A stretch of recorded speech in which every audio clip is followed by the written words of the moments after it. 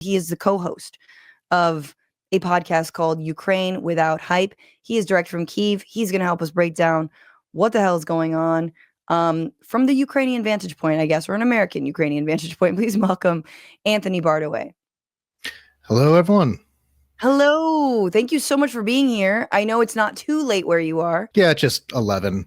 It's difference, but it's actually an attack at this exact moment, so I don't think anyone's be falling asleep anytime soon. This happened right before we went live, and you were like, "Oh no, it's an attack," and I'm sorry. So, a Russian attack. Yeah. You're getting an alarm. What does that mean? What does that look like? What happens when this happens? So, it always depends. When you just hear it, there'll just be the alarm, and actually, I used to have an extremely loud alarm immediately outside my window, which was even more of a problem at night sometimes.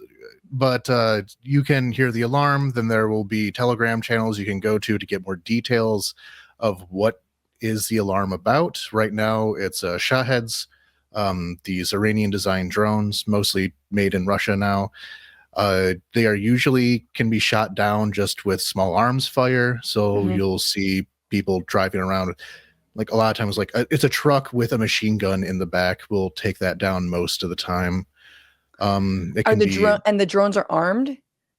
Yes, they are suicide drones. They hit something, then they explode. Damn. And so you are in the capital now, correct?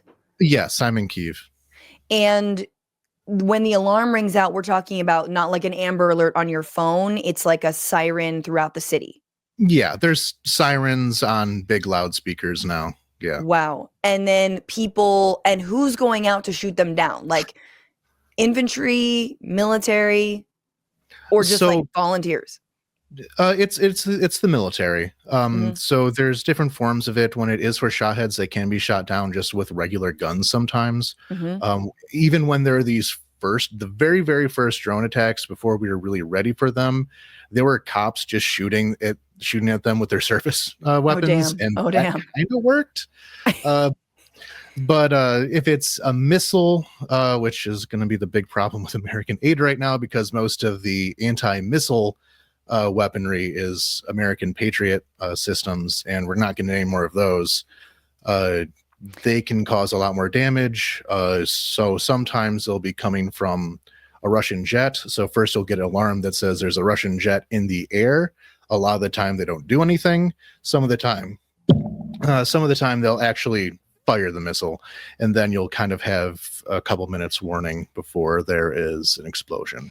Or sometimes with the hypersonics, or sometimes with the hypersonics, you'll hear the explosion, then there's alarm because they're that much faster. Only slightly terrifying, all of this. Let's talk about the American Patriot missiles, because I think there is this lack of understanding about what kind of missiles are being sold to Ukraine. And I was listening to your show recently where you explained that these Patriot missiles are mostly to shoot down Russian missiles. Is that correct? To intercept? Yes, they're anti-air missiles. They are very, very loud when they're used. You know when it happens. But America's basically the only way to get them. Some other countries will have supplies of them and will send their American-made stuff to Ukraine. But I'm pretty sure that it's all coming from the U.S. There are alternatives, but none of them are really as good as the Patriots. So what I expect will happen in the next week or so, and it's already kind of started to happen, is that now that the Russians know that we will not be getting any more Patriots, they'll probably be launching a lot more missiles to exhaust the supply that we have now. Interesting strategy, and again, also low-key terrifying, or high-key terrifying. Let's just delve into like why it's important to speak with you, why we're doing this. I kind of want to just name like the fact that Trump has made everything when it comes to foreign policy that much worse is largely the impetus to have this conversation. However, when we had reached out, we had discussed this, I think, even before Trump was elected. But I think broadly, there has been, especially from the American left, a lack of understanding about the suffering of Ukraine, the war, the Russian war on Ukraine, I think for many different reasons, and a few of those reasons, and I'm curious about your perspective, and I just want to be honest, like, I haven't covered Ukraine nearly enough in these years since the war started, but that it's because, largely as like someone who's an anti-war person who doesn't believe the United States should be dealing weapons around the world, right? That doesn't trust the history of United States intervention or support, that there's always like, some other motive. There always is not the benevolent, we're protecting blank country. There's always, there's always some deal behind the scenes. And that ultimately, like in Afghanistan, when we say we're going to liberate the people of Afghanistan, we know that's largely, BS. And so there's that knee-jerk anti-imperialism, which can often be incredibly dumb.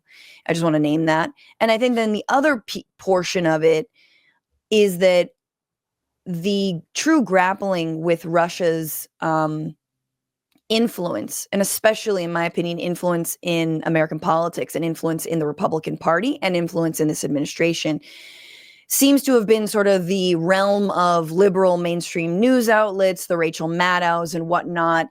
Seems to have been sort of the Robert Mueller's job, former CIA or FBI director, and former Republican. And that was seen as kind of like, that's what the mainstream is doing. Whereas the left has a different critique. The left isn't going to think that it's all about Russia. It's Russiagate.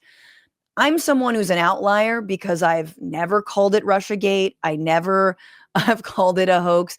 And I think it's lazy thinking to say, well, just because Hillary Clinton blamed Russia for her loss means that what is happening is not actually happening, and means that the current president of the United States is not actually compromised by a whole lot of Russian money and influence. So that, I think, is why there's been a little bit of a radio silence. But I'm curious as to why, like, your thoughts and how it's been as someone who's been following this, lives in Kyiv, and I think broadly considers themselves, a progressive. Like, what do you feel like? What's it been like, and what do you feel like we've missed? Oh yeah, I'm absolutely a socialist. I'll go beyond progressive into like the far left end of the spectrum. Actually, I always kind of look at things from a historical perspective more than anything else. So if you look to the 90s, you had a lot of the people on the left, the Noam Chomsky, Parenti, all these figures who were just outright defending Slobodan Milosevic. So there's one factor. Then when you look at the formation of what's like the left right now, I think a lot of that begins with Occupy and how there was a big blossoming of kind of progressive media in the aftermath of Occupy that started with Occupy, TYT among them, that really became its own thing. But then within months of that happening, we have the Syrian civil war, which meant that there is this new, ecosystem that was just freshly made. There is a lot of weird entryism from bad actors. The Syrian civil war was absolutely the worst time to be on the left in the United States. Trust me. There's a lot of people I still don't trust because of their takes around that war, but continue. Oh yeah, absolutely. So we had people who, without using specific names, for example, had a magazine in Moscow where they were bragging about raping children that somehow became major voices in progressive American media. You could just say Matt Taibbi. Okay, there we go. And who worked with a very prominent Russian Nazi. So it's always been there since then, and it's been hard to shake. And like you said, there's the issue with anti-imperialism, but like other people can do imperialism too. And even beyond that, now I kind of brushed away a lot of these critiques aside by saying, oh, these people are just reflexively anything that America takes a side of. If you take the other side, that must be correct. Vulgar campism, whatever, but I could at least understand that in a way. Now, though, the same people who were anti-Ukraine because of its association with America are now still anti-Ukraine after we're under threat from American imperialism. So it wasn't the anti-Americanism. There's something deeper than that, like something much more scary behind that just just using a different outlet, different aesthetics for what is the same impulses are behind MAGA or Russian nationalism or what have you. So now that they've spent the last 3 years essentially making the argument that a great power is allowed to have its sphere of influence, and within that sphere of influence, you can do whatever you want, as that applies to Russia with Ukraine, Russia with the Baltic states, even. There's a lot of nasty things. The left has been saying a lot about a lot of people from Eastern Europe, from the Caucasus, from Central Asia. How can they then turn around and say that America can't do the same in Canada and Mexico and Panama and Greenland? It's the same thing. So how are you going to kind of defend one and not go against another? Sure. Are these people who have been so anti-Ukraine all these years, if there is, a American tank column rolling towards Toronto, are they going to say, this time it's different, this great power isn't allowed to have its sphere of influence? I honestly don't think so. Yeah, absolutely. And I think there's also been, I mean, obviously this corollary that the neoliberal establishment does not understand, or the, pro-war establishment doesn't understand. I mean, I think Israel has been an interesting piece of this, and in looking at what they've been doing, obviously, to Gaza and this ongoing, genocide. And that I think if we are going, some of this anti-imperialism, or the anti-imperialism, becomes so simplistic because some of those same voices speak very loudly. I mean, you look at a Glenn Greenwald, have spoken very loudly in favor of the Palestinian people, but is radio silent on Ukraine, or not radio silent, actually very much parroting Russian talking points on Ukraine. So it cuts both ways. It cuts against leftists who are not overly eager, righteously and rightfully eager about Palestine, but are silent on Ukraine. And it cuts against centrists and neoliberals or war hawks who are eager to support Israel, but not eager to obviously support Russia, both in the aggressors in these cases. So I did just want to say, the way that you saying Noam Chomsky defending Milosevic, I've never understood him to be defending Milosevic. I feel like but I also empathize with the idea that he felt because I remember I would listen to Chomsky all the time, especially when it comes to NATO, right? And all these critiques about NATO and the bombing of Serbia from the Clinton administration, saying his argument was it made things worse, that sort of Clinton getting involved and bombing Serbia caused a greater crackdown on the Bosnian people, on Kosovo, and that Milosevic, it had the opposite effect. So do you know what I'm saying? I just want to name that because I understand that Chomsky's got questionable, stances now, and I'm totally willing, if you were I disagree with that, but that's where that's what I learned from him, listening to him. It was U.S. intervention didn't help in this situation, doesn't help, right? But let's just leave that. So I just wanted to let's leave it, and then let's talk about what's going on in Ukraine now and what the hell. Just tell me about what it's like to be there. How long have you lived there? Why did you start Ukraine Without Hype? And I guess in terms of what's like to be there, how many people have left? You know what I mean? There's massive millions of refugees, and Yeah, I'll kind of take that in chronological order. So I've been here for almost 10 years now. I came to Ukraine originally in the aftermath of the Revolution of Dignity, Euromaidan. The stuff was still on Maidan when I showed up. It was the opening phases of the war, so there were people, recruiting for the army at the bus station, or they would set up a table outside of the McDonald's and say, "Come defend your country from the invading Russians." If you watch a Revolutionary War movie and get the town crier going into the tavern, it was that kind of deal. Just someone show up, please. Right. Yeah. So I've been initially I was a part of NGOs, civil society, that kind of thing that pays virtually no money. So I was also an English teacher to make sure I could still eat food. Every expat is. I was one as well. Yeah. Thankfully, I left that behind long ago. I eventually went into journalism when they began recruiting for a TV station. So I was kind of middle management at a TV station for about 2 years. Bounced around Ukrainian media, NGO stuff, whoever needs me for things. Things have changed a lot. When the city was still under siege, that first night when Putin gave his big speech, I still have the photo of my Twitter post asking, "Are those our jets or theirs?" And that's kind of how the war began for me. As I just heard jets overhead, like, well, Shit. yes, it started. Yeah. It turned out to be both. There was a dogfight going on. I happen to live directly in between two bridges and on what I thought was a more vulnerable side of the city. So I thought, okay, I guess I can kind of scoot away because one of these bridges is going to get bombed and I'll get stuck. So I headed over to my friends, my co-host of the podcast, Romeo, to his place. That turned out to be less safe than I actually was beforehand, but I wouldn't have guessed that at the time until we kind of made a strategic retreat to his family summer house in the city of Mhm. Vinica, Mhm. which is kind of the next one to the southwest.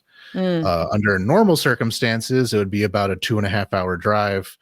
On that day, it took us about 11 hours to get through checkpoints and Everyone everything. leaving.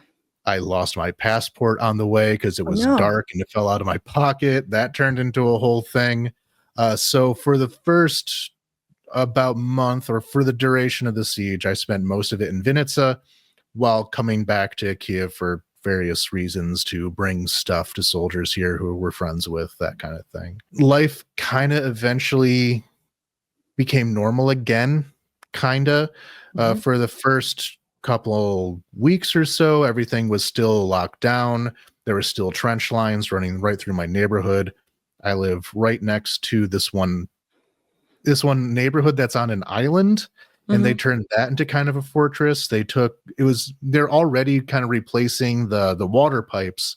So they took the water pipes that weren't installed yet and used them to build kind of a wall around where all the entrances to the neighborhood were. The bridge was blocked up with buses so that no one could like go over it. So they just took all the city buses and kind of jammed the bridge full of them. So in Damn. case one side of the city fell, they would not be able to cross the bridge to the other side. Damn. Uh, so that was intense for a while. But after a while, right now in Kiev, if you go about your day, most of the time it seems fairly normal. There's a lot of things like businesses, restaurants, or whatever that closed and never opened up again. But otherwise, mostly a normal city, except sometimes we get bombed. So you'll go, that's kind of the most surreal part, is you'll go through the night and you'll hear a bunch of explosions, and then the next day you just kind of have to go to work like it's Right. normal.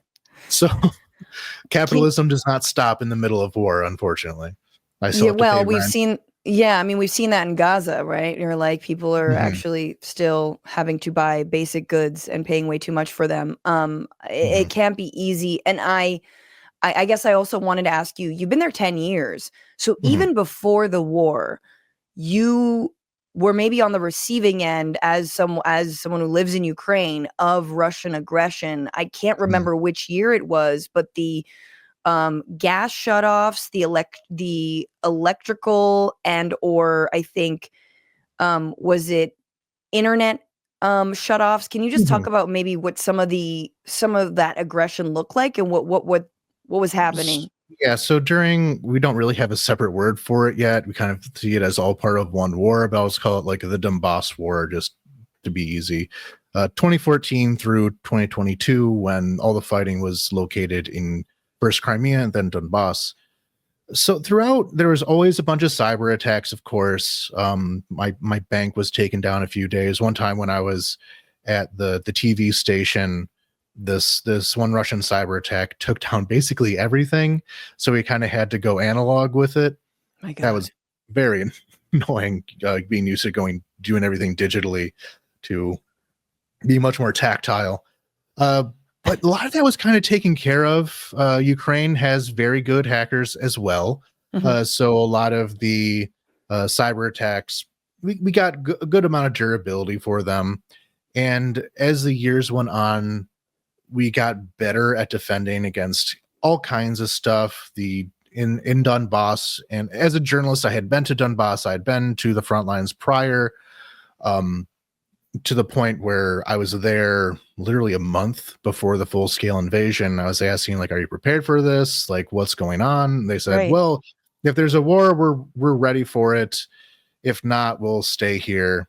But at the same time, they told me directly they felt that they were forgotten by the world. Like, we've been out here for 8 years now, and everyone kind of forgot that we're still fighting this. And then, honestly, a week after I left, one of them got shot by a sniper. Oh my God. So that was during the buildup of Russia attacking. Sure. But throughout those years, most of the time, unless you lived in Donbass, in the ATO, anti-terrorist operation zone, if you lived outside of that, it was pretty normal. Or I had been on vacation to this one like beach resort town that's immediately outside of Crimea, where if I was literally like 5 minutes away from Crimea if I kept going southwards, and there would have been like a military checkpoint, but just like, don't go to the military checkpoint, stay at your beach resort, everything's fine. That's completely occupied now. That's actually the capital of the Zaporizhia Oblast, like the occupation capital. So that's all gone. A lot of memories and things are now destroyed. Yeah, of course they took the beach resort. Can I ask you then, more specifically, what is the state of the war in terms of the territory that Russia currently occupies? Donbass, we know, is in the east. It's the eastern region. We've heard, I was going to say Trump, Putin claim, these folks are actually Russian, blah, blah, blah, blah, blah. They, we obviously know there's like a separatist movement, but can you just explain like what is in control, what is under Russian control right now? What would so-called peace or the cessation of hostilities as it is right now, what would that look like for Russia? So just small correction there. There was no separatist movement until Russia came forward. There were a couple of like weird Nazi gangs that operated in Donbass before 2014. Most of them funded by the Russian oligarch Konstantin Malafeyev, sometimes called the Orthodox oligarch because he is one of the main sponsors of the Russian Orthodox Church, who promoted this ideology of recreating Russian empire like 19th century style. And there was just these handful of gangs, like some of them were Duganist, that kind of thing, but they were basically nothing. The person who really got it going was literally just a Russian KGB agent who had fought in Bosnia, who had fought in Chechnya, who then came to Donbass and kind of organized anything. Igor Girkin, or Igor Strelkov was his code name, but Igor Girkin. Okay. Who then became... Yeah, but now he kind of fell out of favor, kind of became this war blogger, and now became kind of a pathetic figure because no one cares about him in Russia anymore, and got arrested for criticizing Putin for not going pro-war enough for his taste. One of those. The revolution eats its own. Yes. And the current leader of the Donetsk People's Republic was a guy who just ran like a Ponzi scheme, was what he was famous for. So most of them were just regular mafia guys. When they released the prisons, that's when they got their actual army. Most of them were either mafia or just straight up Russian soldiers. So there's this idea that there was a organic separatist movement. There never was. I know lots of people from Donbass. For whatever reason, like half the people I know are from Donbass. And they've always told me that these people were like maybe a couple of football hooligans and who would throw up Nazi salutes sometimes, and that's about the extent of the separatist movement. But right now, the state of the war, which kind of makes this turn by the United States even more frustrating because it's been getting better this last 2 weeks, where everything kind of goes, there's crests and troughs. The war, it kind of goes back and forth a lot. And for the last few months, since the fall of the town of Avdiivka, which was about this time last year, actually, the Russians have had the initiative. But within these last few weeks, really since the beginning of the year, they were kind of running out of steam a lot because in anticipation for the elections, in order to kind of put pressure on America, they were going as hard as they possibly could. Essentially, they were churning through men and equipment and trucks and Preparing for everything. their election.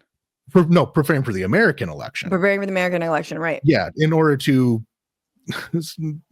what we're seeing now, that's what they're trying to influence by creating this idea of Ukraine's hopeless. They can't do anything, so we have to call it all now. So they were going really, really hard to the point where they were just getting absolutely brutalized every day, but still making gains because of it. Like, you can shoot as many of them as you want. If they keep coming, they'll keep coming. Right. Then at the beginning of this year, we saw even some footage from drones of Russian soldiers literally being told to go forward on crutches. They're reaching the end of the current offensive before they would have to pause and get more stuff and more people, that kind of thing. So now Ukraine is pushing back in a lot of these places. The offensive is basically stalled out and being slowly pushed back in most parts of the front. Most of the hot spots have been stabilized. So having this all happening now, just when Ukraine was about to start pushing back in its own direction, is extremely frustrating. Yeah. The part of the country that's occupied right now is essentially, I actually have a map right here. So the middle part, the river, it's all mirrored, so I can't do it very well. I'm done with my hands. So there's a river that goes through kind of the middle of the country. And on one hand, where there is Kherson, which is a city that the Russians held in the first year of the war, but was then taken back. That's kind of the front line. So everything, I'm trying so hard, here is occupied. So the coast of the Black Sea, of the Azov Sea, just an aside, Trump likes to say that Russia never took any territory when he was president. That's not true. During his presidency, they essentially, so Kherson at the bottom there, right? Yeah, there we go. So all this, through Melitopol, Mariupol, Donetsk, that is currently occupied. Or if you go to Deep State Map, that's one website that kind of shows pretty up to date. Okay, will do. So that is the southeast of the country. That is where a lot of my friends are from.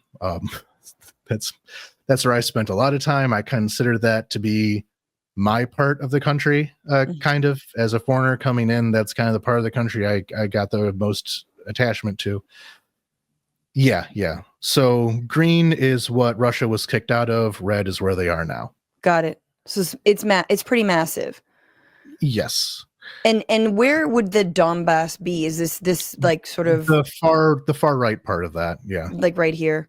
Yeah, where it goes like up and down vertical, that's where the Donbass is. This Luhansk is Oblast, yeah. So it's Luhansk a Oblast in the lot north. more. Yes. And what Russia is claiming is essentially Luhansk Oblast, Donetsk Oblast, Zaporizhia Oblast, and Kherson Oblast. So on those lines, you can see like the gray line. That's the outline of the state. Oblast is like province. And according to the Russians, they have fully annexed all of that, even the parts of it that they have not actually taken or have ever taken, and would require multiple very large cities to storm that they've never been able to get anywhere near. And in fact, the Russians have only taken 2 major cities this entire time of these last 3 years, which is Mariupol and Melitopol, which all happened in the first 3 months. So ever since then, they have not been able to take a major city, and they've claimed several of them. And it's like, and what they say is, we have made it a part of our constitution that these regions are a part of our country, and therefore in any negotiation, legally, we can't give them up. It's in our constitution. It's right there. So they claim the city of Zaporizhia, especially, which is a pretty big city. I'm from Detroit. I kind of consider Zaporizhia the Ukrainian equivalent of Detroit, in that it has the automotive industry, has kind of like a historical, cultural importance. So it's pretty big. It's industrial heartland kind of thing. So they claim Zaporizhia as their own, and they claim Kherson as their own. Which are cities they don't fully control. yes, they've never touched Zaporizhia, and they were kicked out of Kherson, and they say that those are legally part of Russia. Right, because we made a constitution about it, which, okay, cool, dude. Nobody cares. But also, Right. like, so the state right now isn't that they've like, oh no, Russia's like crushing it, and they've taken all these new cities. It's like, no, as you're saying, it's two. It was the first 3 months of the war, and so what would it even look like for Russia to stop right now? Do you understand what I'm saying? Like, they would naturally, it seems, have to withdraw. Or I mean, like this is like the question of, like, I mean, we can obviously get into Trump Mhm. and Well, Zelensky and yeah, Putin yeah. and all this, but like even just sort of like physically and strategically, or not even strategically, but like it doesn't even seem like where they are is like held or settled territory. No, and the thing with Russia is, as much as Trump is demanding that Ukraine come to the table right now, this entire time Russia has been saying we're not going to go to negotiations.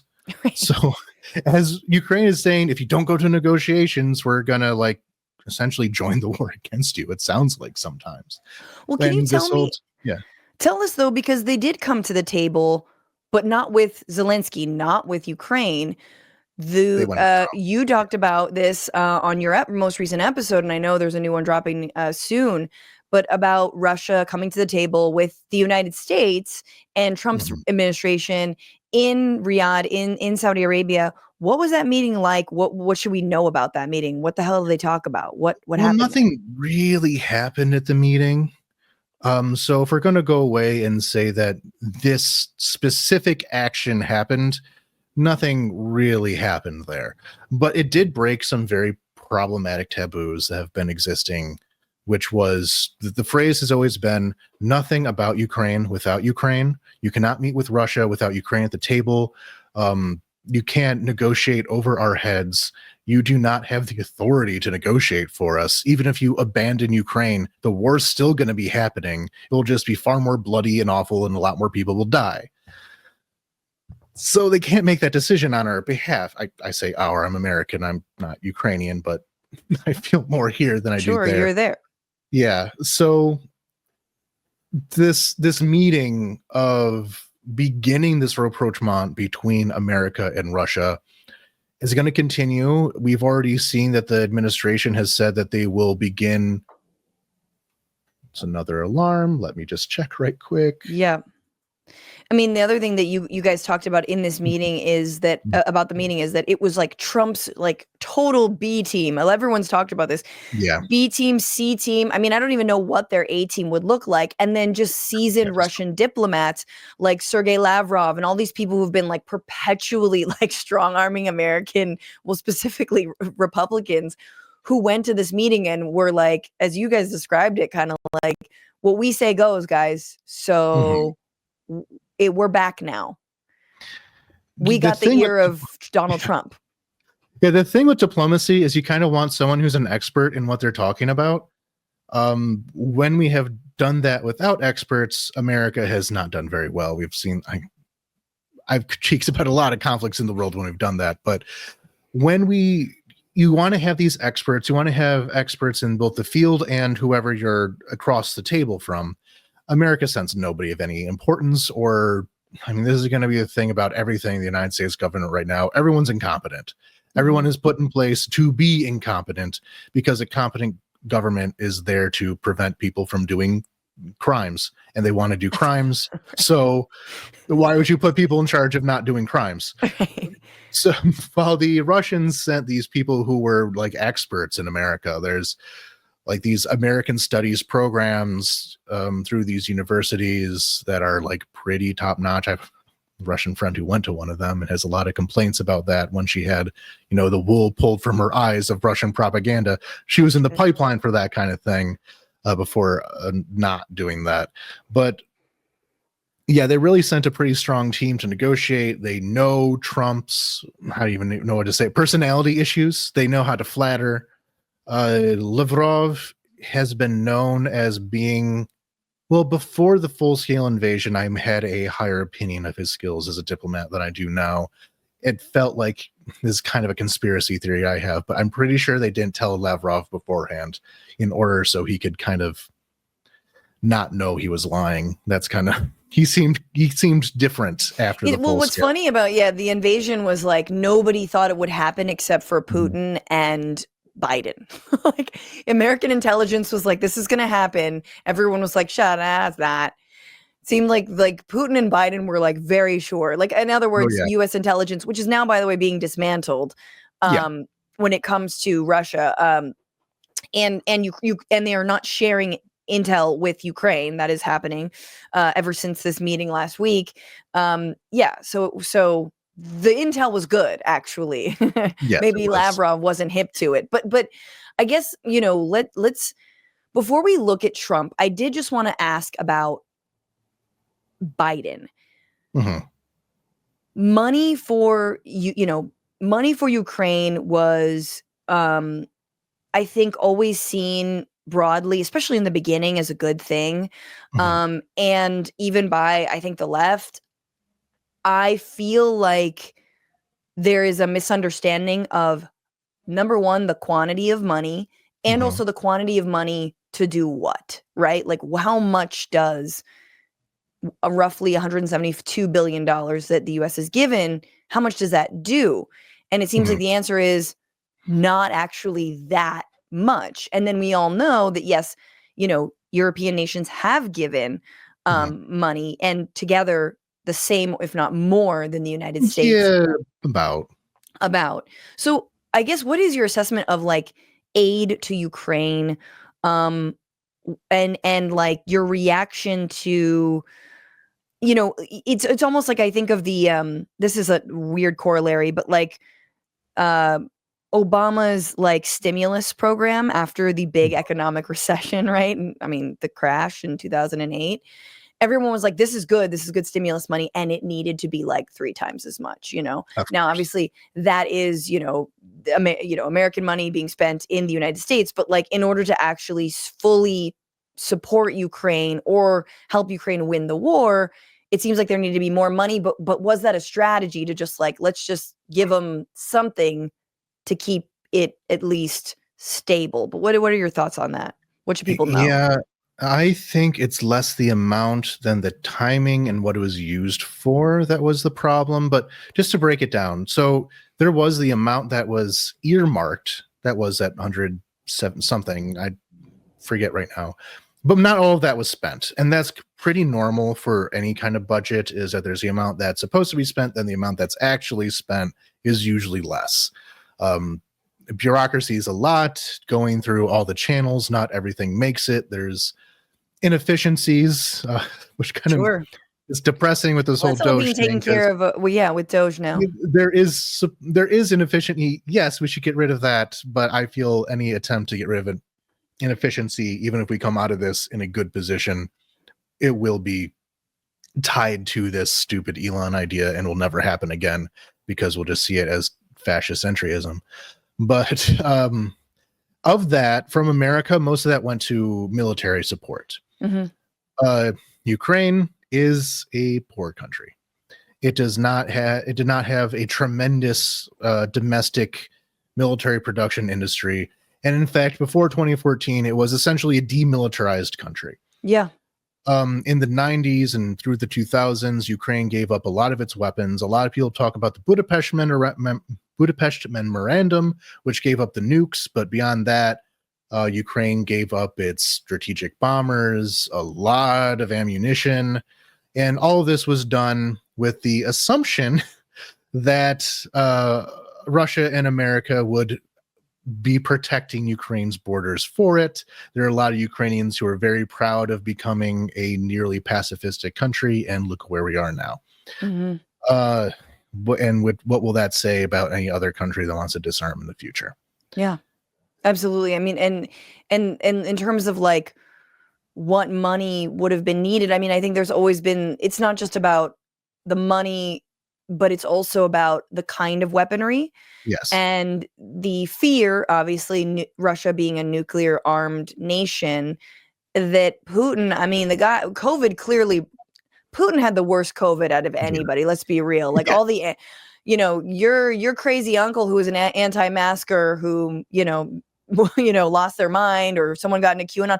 Putin really lost his fucking mind. Obviously, the war Oh, he's a is full-blown conspiracy theorist. Yeah. yeah.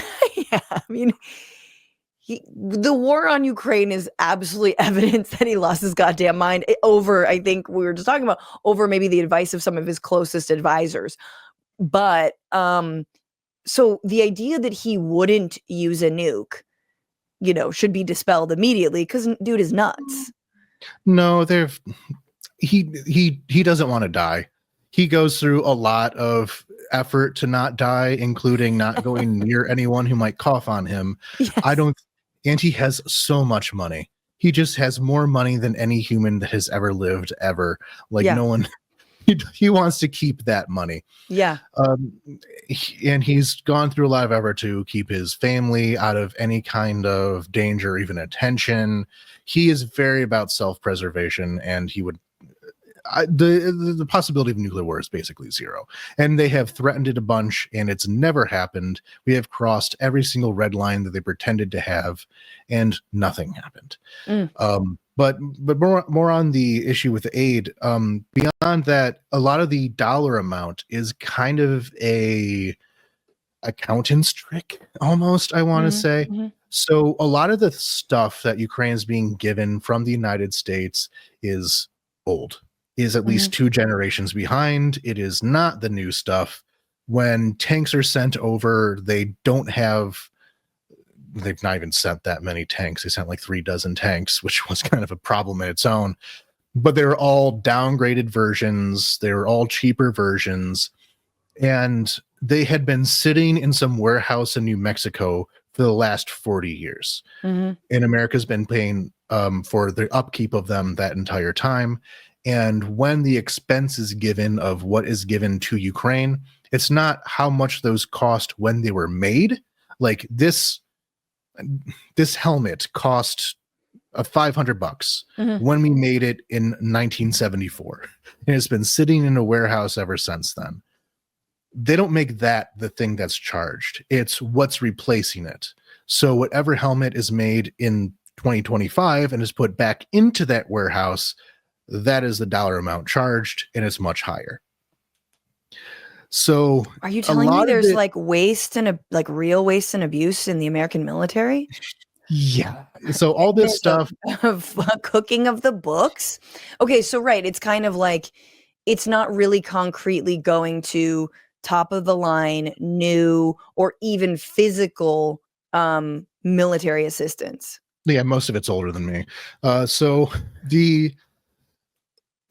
some of it is then humanitarian assistance, and much more of this comes from Europe actually, but America is also a part of it, where the Ukrainian economy is kind of in shambles right now. So a lot of it does have to be propped up by these very complex financial instruments that are then underwritten by the United States or Europe or some entity within them to say that they have the full faith and credit. And that has meant that the hryvnia, the Ukrainian unit of currency, has stayed mostly stable at 40 hryvnia to the dollar. Now it's like 42 hryvnia to the dollar. Has been able to stay mostly okay. Before the war, it was closer to like 25. In 2013, it's like 8. So there's been pretty intense inflation, but it'd be a lot worse if it wasn't for the economic assistance from the Americans. And you're saying Europeans. Yeah. And the Europeans. Europeans give much more civilian aid, and America gives much more military aid. And altogether, it balances out, but that's kind of what they specialize in. Or a lot of civil servants right now are being paid for through this aid. Again, so like the DMV guy, some of that is being paid for by foreigners to just make so the state apparatus keeps going. Right. Thank you for explaining that. Can I ask you about obviously what happened only a week ago, which was this meeting between Zelenskyy and Donald Trump in the Oval Office. This was supposed to be the meeting that would precede a signature of a deal on 50% of Ukraine's mineral resources that would be, I guess, exploited by the United States, given to the United States, whatever it was, first contracts. And then it quickly descended into bickering and arguing, and some may say perhaps by design. But this was a moment where things went off the rails, but it's maybe not the craziest moment. We can talk about that afterwards, but let's just watch. Tell us what we're going to feel. We're trying to solve a problem. Don't tell us what. Now, just for you guys who hadn't seen this, or I always like to give this context for this clip, is that Zelenskyy was talking about the invasion of Crimea and was saying the reason this war is important is because if Russia effectively is not contained or can just, annex my country, the entire world will, quote, feel the effects. That's what he said. That's what set Donald Trump off, apparently. Tell us what we're going to feel. We're trying to solve a problem. Don't tell us what we're going to feel. I'm not telling you. Because you're in no position to dictate that. That's exactly what you're doing. You're in no position to dictate what we're going to feel. We're going to feel very good. You will feel influence. We're going to feel very good and very strong. You will feel influence. You're right now not in a very good position. You've allowed yourself to be in a very bad position, and he happens to be right about it. From the very beginning of the war. You're not in a good position. You don't have the cards right now. With us, you start having cards. Right now, you don't. You're playing cards. You're playing cards. You're gambling with the lives of millions of people. You're gambling with World War III. You're gambling with World War III. And what you're doing is very disrespectful to the country, this country. That's back to you far more than a lot of disrespectful to this country. Every time you hear it, there's a new thing that I didn't hear the first time. People said they should have. Have you said thank you once? This entire meeting? No, this bitch. This entire meeting, have you said thank you? Today. You went to Pennsylvania and campaigned for the opposition in October. Offer some words of appreciation. He went to Pennsylvania to say thank you. What'd you say? He went to Pennsylvania to say thank you. So even within that sentence, Zelenskyy went to Pennsylvania. He went to a factory that was producing 155 millimeter artillery shells that had recently been opened in Pennsylvania because most American wars have not involved mass artillery strikes. That's not the kind of thing that America has done since like Korea. So it was not. So a lot of these artillery shells have been had to be pulled from old stockpiles, and the 155s are a very, very effective American artillery piece that every time I've gone into the field to an artilleryman, they say this is so much better than anything else. And this factory, which had been opened up in Pennsylvania to make ammunition for it, Zelenskyy went, but the governor of Pennsylvania, Shapiro was his name? Yeah, was also there. So Vance and a lot of the Republicans interpreted that as Zelenskyy going on a Democrat campaign stop when visits had also been made to factories elsewhere in red states as well. Funny. So you're saying they're lying? You're saying somehow the right is twisting a reality that never. Yeah. Wow. This is like. So he literally went to Pennsylvania to say thank you, and now he's saying you did not say thank you, and also Pennsylvania. So nonsense. Yeah. No, thank you for that context. I was looking it up too, and it was like, no, there was nothing that this was not a campaigning with your enemy. And also like thanking the former administration in Trump's mind and in Vance's mind means absolutely nothing because number one, they hate the former administration and they only want their fealty to them. And they also hate, I want your opinion. Let's just finish this. Yeah, just keep going. Who's trying to save your country? Please, you think that if you will speak very loudly about the war, He's not speaking loudly. He's not speaking loudly. Your country's in big trouble. Can I Wait a minute. No. You've done a lot of talking. Your country is in big trouble. I know. You're not winning. You're not winning this. You have a damn good chance of coming out okay because of us. Mr. President, we are staying in our country, staying strong from the very beginning of the war. We've been alone, and we are thankful. I said thanks. You haven't been this alone. Cabinet. You haven't been alone. In this cabinet. We gave you through this stupid president $350 billion. Right, that's a lie. Equipment. And you men are brave, but they had to use our military. What about if you didn't have our military equipment, if you didn't have our military equipment, this war would have been over In 2 weeks. In 3 days. I heard it from Putin. In 3 days. Okay, so I wanted to stop there because I picked up on this last week when it happened. In 3 days, I heard it from Putin. That's very indicative of this entire exchange, that this sounds like something Putin said. I'm trying to save your country, says Trump. What is your reaction to that, Anthony? By the way, we're speaking with Anthony Bartaway of Ukraine Without Hype, and he is speaking to us from Kyiv. So one context for how people in Ukraine saw it, well, a lot of Ukrainians did have a kind of delusion that Trump would change something. A change in presidency would do something different. There's a lot of frustrations with Biden and how a lot of the very vital aid was slow walked, to not get F-16s until a couple months ago. And now they're one of the main things protecting our skies. Many lives would have been saved if we got those sooner. So there's a lot of frustrations with Biden. So a lot of people, especially in like the intelligentsia class, you can call them, were looking forward to something changing. And this really broke a lot of delusions on that. So the word for the Euromaidan revolution in Ukraine is a revolution of dignity. Ukrainians for the last 300 years have been called like stupid dirt poor peasants by the Russians. You're nothing, your culture is worthless, you're just like a poor reflection of us. If you want to be a full-fledged human, you have to learn how to speak Russian and present yourself as a Russian. You can have your silly little Ukrainian dances and eat your pig fat and like listen to your weird village songs all you want, but as soon as you step into civilized society, you have to be a Russian.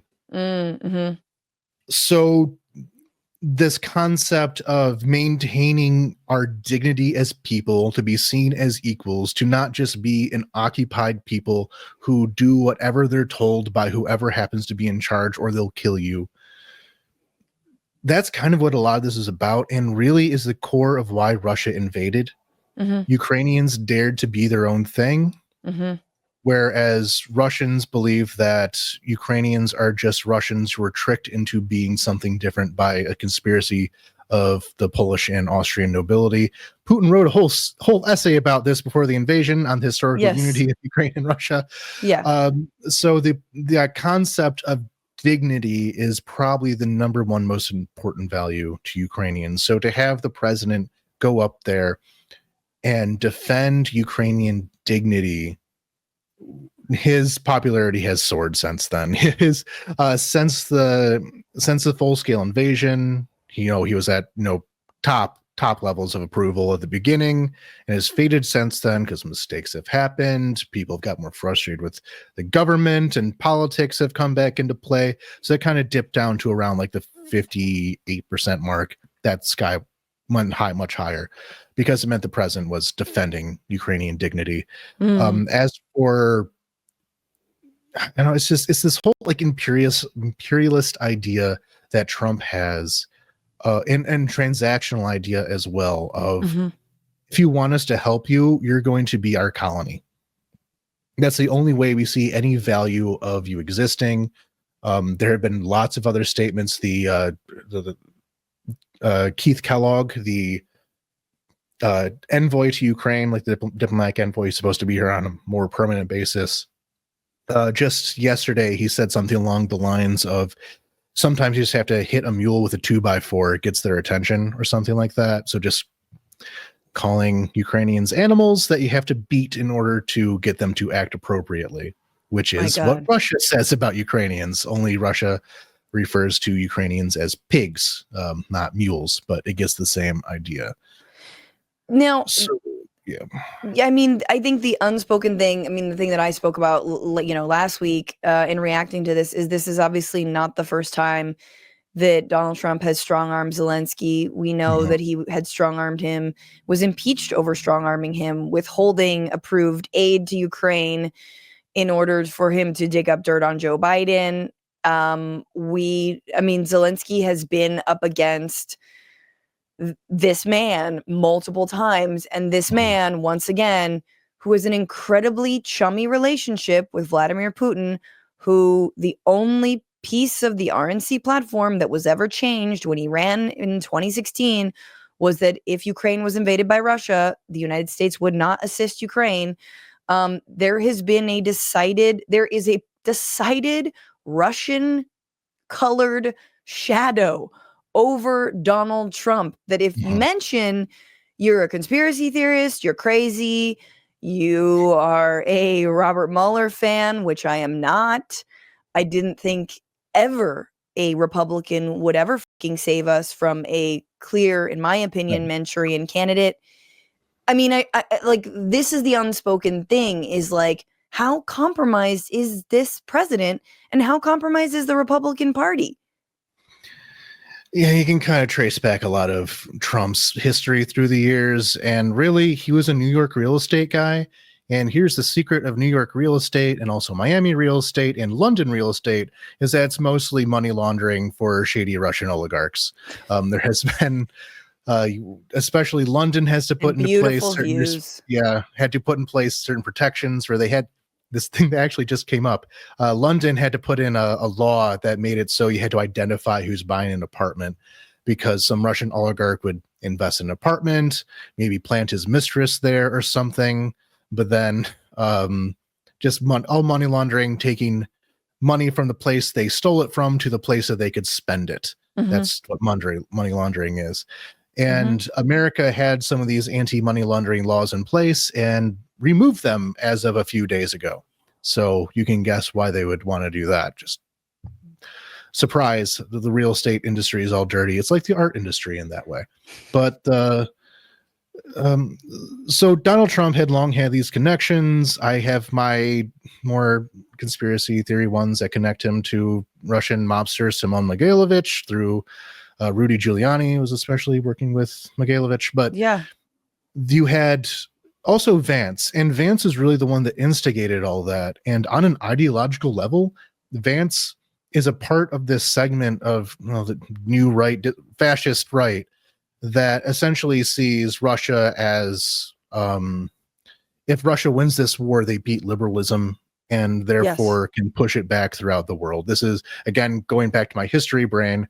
After the Napoleonic Wars, Russia set itself up as the gendarme of Europe. So as these various liberal revolutions happened in the 19th century of Europe, Russia would send its soldiers in to crush them for whatever European autocrat wanted them to do that. And they kind of want to do that again, where Russia, representing the idea of like these arch conservative autocratic ideals, if they can beat liberalism as represented by Ukraine, it can then spread that reaction further out. And Ukraine, and not only that, but the desire for Ukraine to be part of, I mean, NATO, but also the EU, like Ukraine's desire to be European, and to have these alliances, which are and are not, part of being, like under Russian like aggression, but also are part of, again, to your point, like this broad idea of being in concert with other nations, but also having your own national identity, which I think the EU does, right? In a lot of ways. And I don't want to hurry you along, but I am curious, like, what does this mean?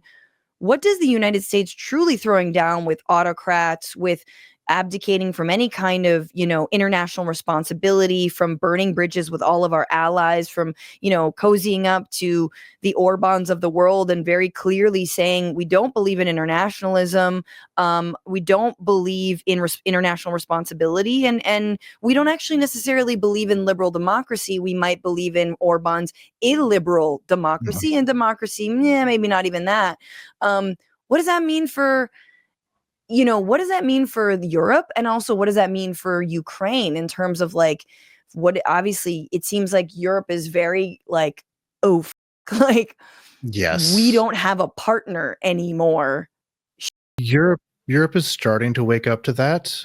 They've said things in the past that didn't fully materialize into real support. Like every once in a while, Macron would say we have to send soldiers to Odessa or something before it's immediately walked back. Right. Now they seem to be taking it much more seriously. I've been hearing for people who work with the various Eurocrats and members of European parties that they're actually doing it this time, which is kind of a surprise. They've realized that America has not only abandoned them, but is actively becoming hostile to them. So I don't know if you covered Vance's speech at the Munich Security Conference. A little bit, very little, but yeah. Yeah. So he basically was making the argument. He was referring directly to one, supporting Alternative for Germany, Alternative for Deutschland in Germany, the Nazi Party in Germany, where America's giving direct support to them, and also in Romania, where there's one presidential candidate was disqualified because the Supreme Court in Romania decided that he was basically a Russian plant. There can be It's amazing how other countries like Romania have more checks and balances against a candidate who seems compromised by a foreign adversary than the United States does. I mean, truly, like anyway. And there's been more raids since then, where this one supporter of Georgescu was found to like be organizing a coup among a few like weirdo like army Nazis. Right. And that was the other part of his speech, is supporting that part. So these illiberal, far right, outright fascist in some cases, forces within Europe, America is now directly going to be backing them, if not financially, maybe financially, then at least rhetorically. And that is a big threat. For Ukraine, what this all looks like is Europe hopefully will get its act together and do some replacements. Europe does have the economy to outspend Russia in the case of a war of attrition, if they take this seriously enough. And they haven't yet. Maybe they will. Hopefully they will. If not, Ukraine is looking at genocide. The stated goal of Russia is to eliminate Ukrainians as a people, not necessarily directly killing them, but I mean, a lot of the time directly killing them, but being prepared to, one, mass exterminate its intelligentsia, which happens to be my friends. So I'd rather them not all go to I'd probably go to a concentration camp in that, as well in that circumstance. And kids are kidnapped, sent to Russia. The ones that even aren't kidnapped in the occupied territories go through various patriotic education programs where they learn to be good Russian patriots and fighting against the evil homo Nazi Jews of Ukraine.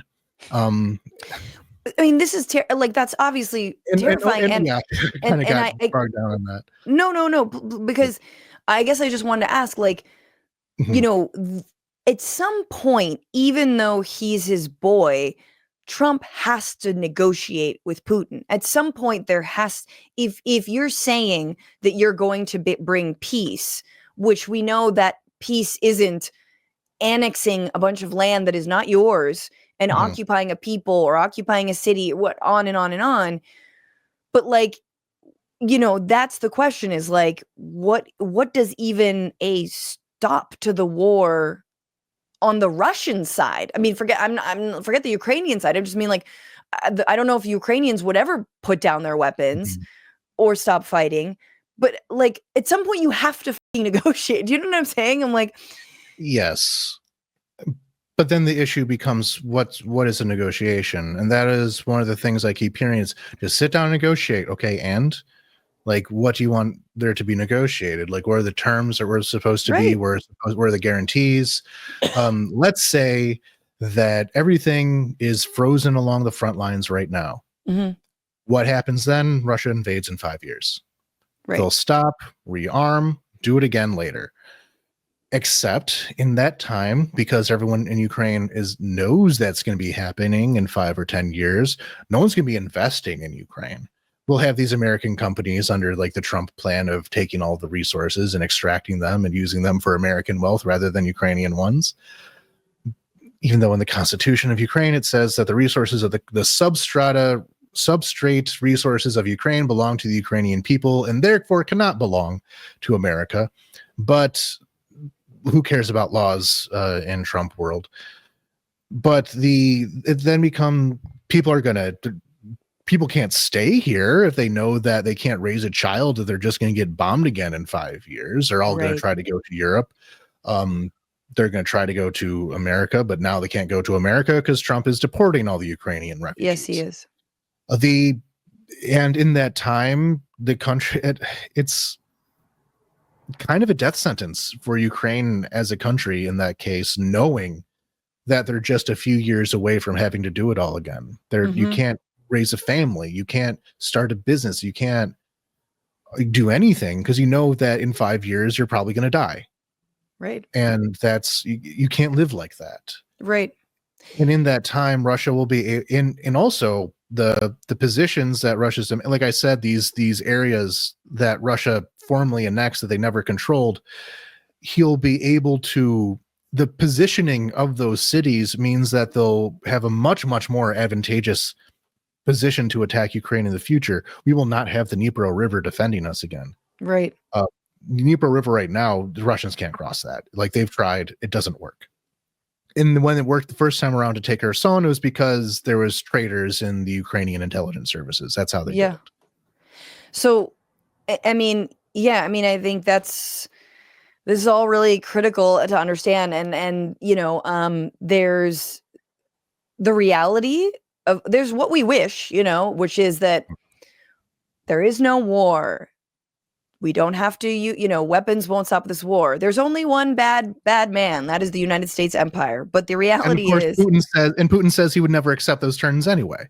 Right, exactly. Putin, the goal of Russia, I studied this in university. You have positions, and you have interests. Your positions are what you say you want. Your interests are your long-term goals. Russia's interest is the destruction of Ukraine as a people. Yeah. And he's not going to stop. Right. And anyone who replaces Putin will not stop. It's a part of like the Russian national identity to destroy Ukraine almost. That's why they have, before I get into it, that's why they have the name Russia, to justify invading Ukraine, essentially, when they did it 300 years ago.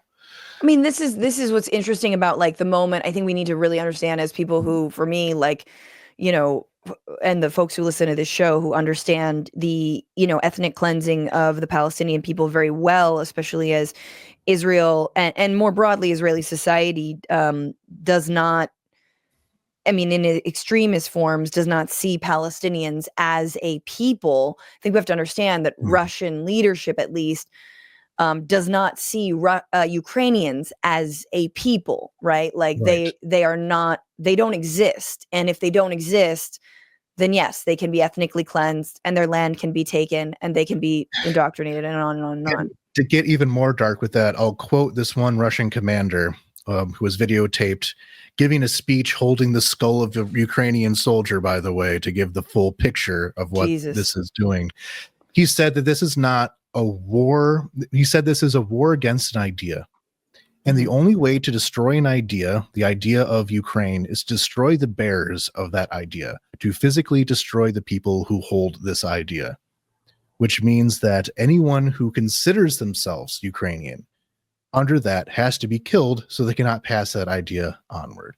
And the Russian assumption at the beginning of this war, beginning of the full scale, was that most Ukrainians didn't feel that way. They all felt they were just Russians. And if you destroyed like this nationalist middle intelligentsia class, if you just got rid of them, everyone else would fall in line. That turned out not to be the case. And so they have to kill a lot more people than they had originally planned. Leaving it there. I really appreciate you, Anthony, coming on, and I think that your perspective is critical, and especially being there on the ground. And I think we need to start understanding the fact that like there are many imperial powers around this country, and it doesn't justify, we need to eliminate them all. We need to defend national sovereignty wherever it is. Thank you for taking the time, man. Everybody, thank you for having me. Where can people listen to you and hear the good work that you and Romeo do? So, long list. I do a lot of jobs right now. So you invited me here on the basis of Ukraine Without Hype. That is, you asked me why we called it that at the beginning, and I never got around to it. I'll say now. So basically, when we were first starting this podcast, it was before the full-scale invasion, and our idea was that a lot of the things people said about Ukraine was sensationalistic and not based on the actual realities of what's happening. So we thought to do like an explainer of like boring news or like boring politics talk about Ukraine, because a lot of the people that like Giuliani got together were like these weirdos that had been cast out of Ukrainian politics years ago. So they would bring up this one guy before American Congress, and all the Ukrainians say, I haven't heard of that guy in like 4 years. Where did you even find this guy? Right. So our idea was, if you actually understand Ukrainian politics, you'd be a bit more immune to this. It didn't work, but so that's the naming of Ukraine Without Hype. That is an independent podcast of me and Romeo. That is through patreon.com, Ukraine Without Hype. We've also started a series. We've only done one episode so far of Radio Free America is what we're going to be calling it, about American news. Nice. The name coming from Radio Free Europe. It's kind of an inversion, because during the Cold War, Radio Free Europe broadcasted Beyond the Iron Curtain. A lot of people here have like stories of when they're little kids, like hiding under their bed, listening to Radio Free Europe to get news of the outside world. But if the KGB heard you do it, you have your parents taken away from you. Right. So our idea is news from the former Soviet bloc going back to America. That's just being cute with it there. Nice. We also work with New Voice of Ukraine. Romeo is the editor-in-chief of the English language edition.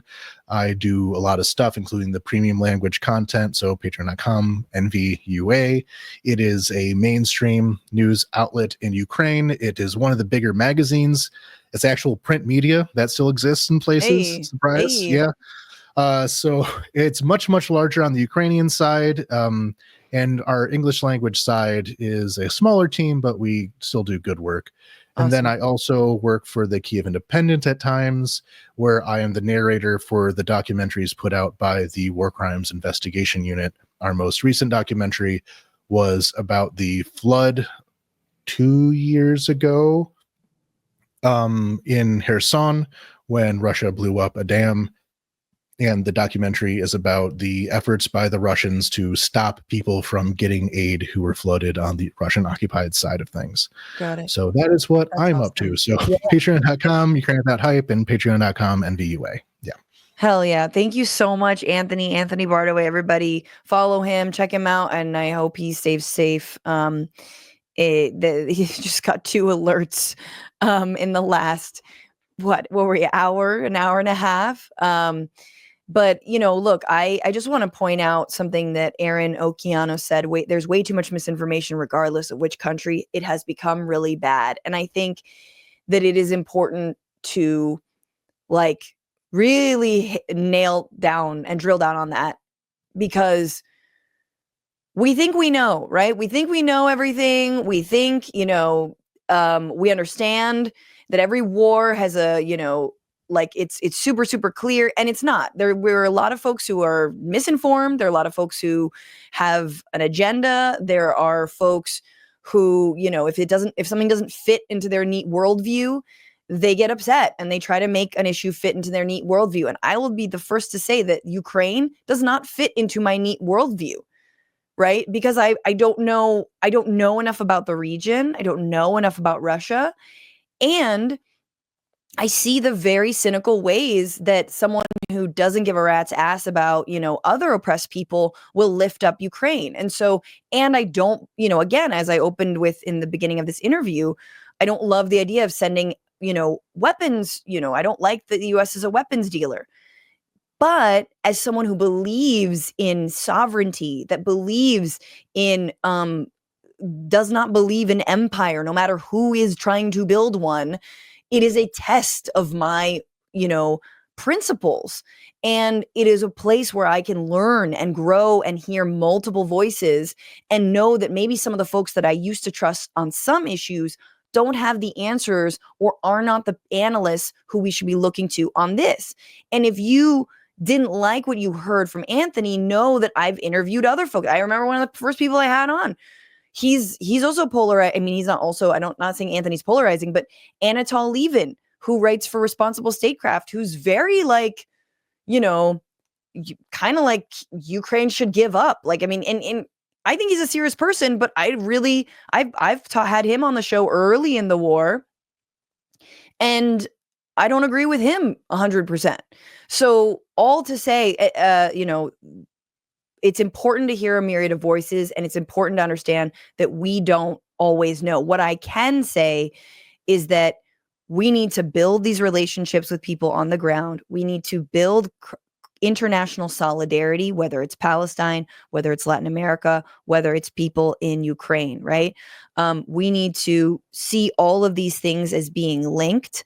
And you can do that while also saying, hey, I don't believe in like, and we didn't even talk about NATO as much, which is like its own other thing, but like, I don't, I don't love the idea of having like, blocks of militarized countries that can sort of go to war against one another. Like that's a perfectly fine and normal stance, right? I mean, I think the future of NATO is incredibly tenuous given the fact that the United States under Donald Trump doesn't like NATO, doesn't want to be in NATO, doesn't see the point of NATO. So then it's a recalibration of what happens, right? And what is the US's role in the world? And I think that on the left, just like we do with every issue, right? Whether it is healthcare, whether it is climate change, when it comes to foreign policy, it is on us to think about what do we want? What is our vision of the US's role in the world, right? What does that look like? Is it because it's not a not role, it's not a zero role. It's not isolationism, because isolationism has never been about isolationism. Isolationism is a right-wing sort of xenophobic project that redirects militarism toward one another, right? It redirects militarism toward women seeking abortions. It redirects militarism to the US-Mexico border. It redirects militarism to fighting cartels. Cool. Good luck with that, right? So I think it really is about what do we want our role to be? And I felt that during the Syrian civil war very strongly. And this is why I think it was a polarizing time, is because the Syrians I spoke to were like, we need help. We're being killed by our own leader, right? And then you see some of the left and they're like, these removals of children from underneath rubble are being staged. These are actors. And you're like, excuse me? What? Everyone's CIA. What? Everyone's Al-Qaeda. What? Why are you saying Al-Qaeda? Why are you talking about ISIS? I thought you were like a leftist. I thought you were progressive. Like you're buying into the war on what are you doing right now? And again, you can call it, maybe there's more nefarious propagandists at work. I do believe that it to be so. I also think it can be sort of the dead-eyed, dumb leftism that is like the enemy of my enemy is my friend, which is also a terrible take. So again, I just want to make space for just new analysis and understanding like, okay, with all of this, what do we want our role in the world to be? And how do we want our taxpayer money to go out into that world? And for me, number one, I don't want my taxpayer dollars to fund Israeli war crimes. Matter of fact, I don't want my taxpayer dollars to fund war crimes. I'll just leave it at that, right? So, but if it's going to like making sure that a city in Ukraine doesn't get hit by a Russian missile, I'm cool with that. Like that I think is good. I love how Anthony's like, you guys had all these tanks that were just sitting there. I'm like, oh, fuck, man. If our whole economy is built on war and militarism, better use it. Better have it go to something good, So that's where I come down on that. And, you can pigeonhole me one place or another, but good luck because you won't be able to. What's going on, Frantifa? If you haven't already, subscribe to this channel right now. Hit that button. And also, you can become a patron and support the show every single week. Get access to bonus episodes and exclusive merchandise. Patreon.com/Bitchuation Room. Do it.